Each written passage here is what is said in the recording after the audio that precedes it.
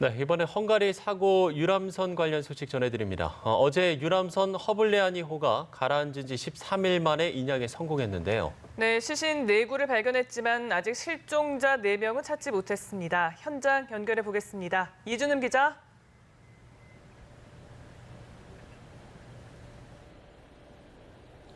네, 어제 유람선 참사 현장에서 남쪽으로 10km 정도 떨어진 이곳 체펠섬으로 허블레니아호는 옮겨졌습니다.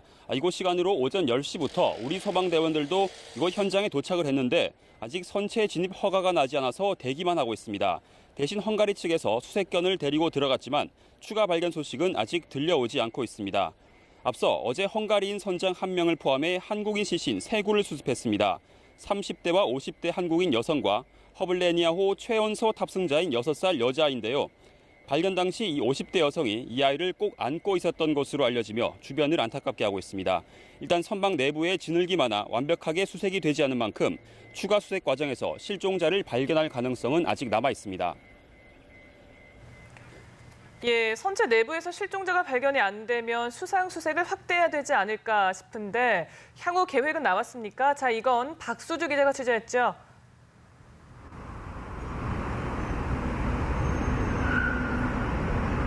네, 저는 지금 헝가리 내무부 청사 앞에 나와 있습니다. 제 뒤로 보이는 건물인데요. 1시간 전쯤 우리 정부 합동 신속대응팀과 헝가리 대테러청이 합동 기자회견을 열었습니다.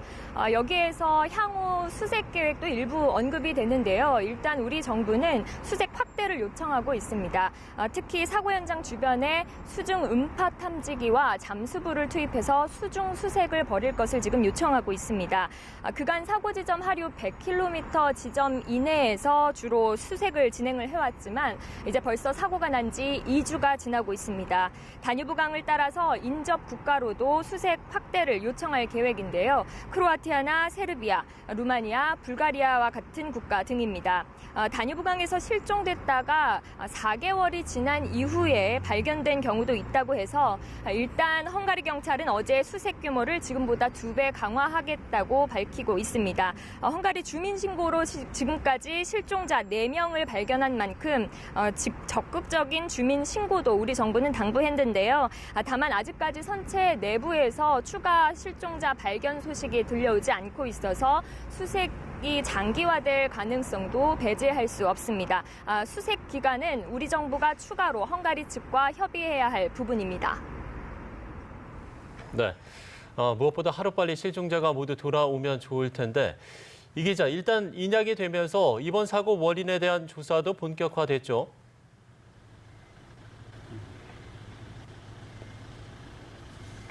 네, 인양을 끝내면서 이곳 사고 현장을 통제하는 게 이제 헝가리 대테러청에서 수사기관인 경찰과 검찰로 넘어갔습니다. 헝가리 수사당국은 앞으로 이 허블레니아호 안에 있는 블랙박스나 CCTV 등을 떼서 이제 조사를 할 계획인데요. 앞서 헝가리 경찰이 알 수 없는 이유로 허블레니아호가 바이킹 시기누 앞으로 갑자기 방향을 틀었다고 발표하기도 한 만큼 명확한 조사가 필요해 보입니다. 또 이 사고 원인과 조사를 위해선 현장을 보존하는 게 중요하기 때문에 앞서 우리 구조대원들이 현장에 들어가지 못한 것도 자칫 현장을 훼손할 수 있다는 판단 때문입니다. 수사 개입이 아니라 실종자 수습을 위한 수색이란 점을 강조하고 나서 일단 구두로는 수색을 허락했지만 정식으로 수색 허가를 내지는 않았습니다. 예, 그런데 박 기자, 지금 헝가리 법원이 구속됐던 가해 선박 선장을 풀어줬다고요?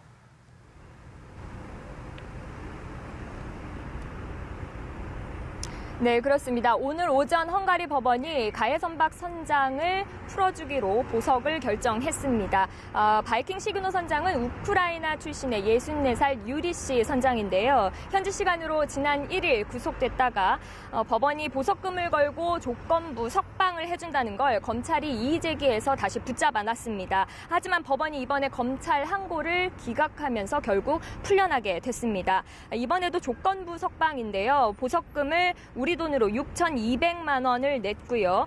다만 전자발찌를 착용해야 하고 재판이 끝날 때까지 부다페스트에서 거주하는 조건이 달려 있습니다. 35명의 희생자를 낸 선장이 두 차례에 걸쳐 풀려나게 되면서 헝가리 사법당국의 수사가 미흡했던 것 아니냐는 비판도 나옵니다. 당초 가해 선박을 억류하지 않고 다음날 바로 풀어주는가 하면 선장을 구속하면서 수상교통사고에 적용하는 다수 사망 사고죄 혐의를 적용을 했는데요.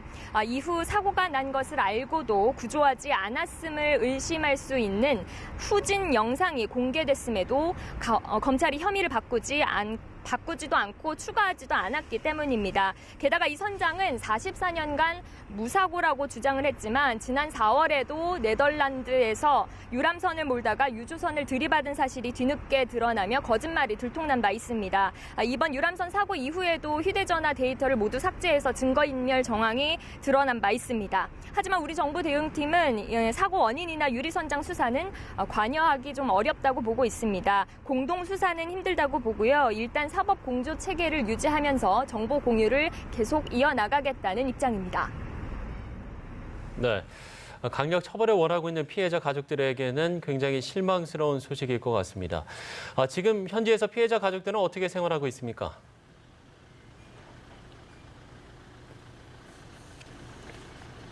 네, 유가족들은 어제 이 허블레니아호가 인양되는 과정을 세체니 다리와 이 헝가리가 준비한 상황실 등에서 지켜봤습니다. 현재 이곳에 모두 51분의 유가족 혹은 피해자 가족들이 남아 계십니다.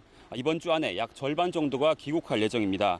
시신을 수습한 가족들로부터 화장이나 운구 등 유족들이 원하는 대로 장례 준비도 진행되고 있는데요.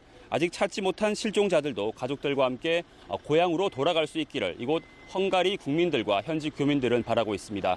지금까지 헝가리 부다페스트에서 연합뉴스 TV 이준우입니다.